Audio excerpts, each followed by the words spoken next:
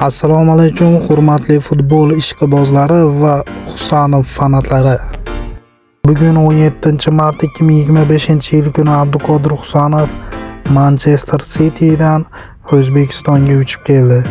Unga Manchester City tomonidan maxsus samolyot buyurtirildi.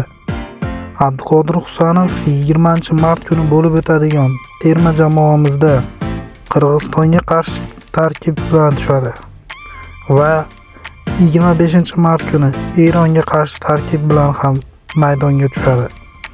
Unga City tomonidan alohida samolyot ajratilib O'zbekistonga jo'natildi va Eronga qarshi o'yinga ham xuddi o'sha samolyot olib boradi.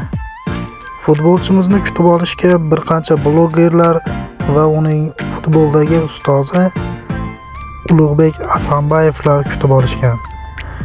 Unga Ulug'bek Asanbayev tomonidan Mercedes-Benz G-Class sovg'a qilingan uning ustozi tomonidan.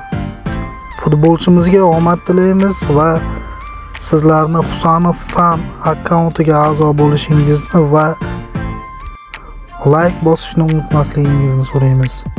Barchaga rahmat, Husanovga omad.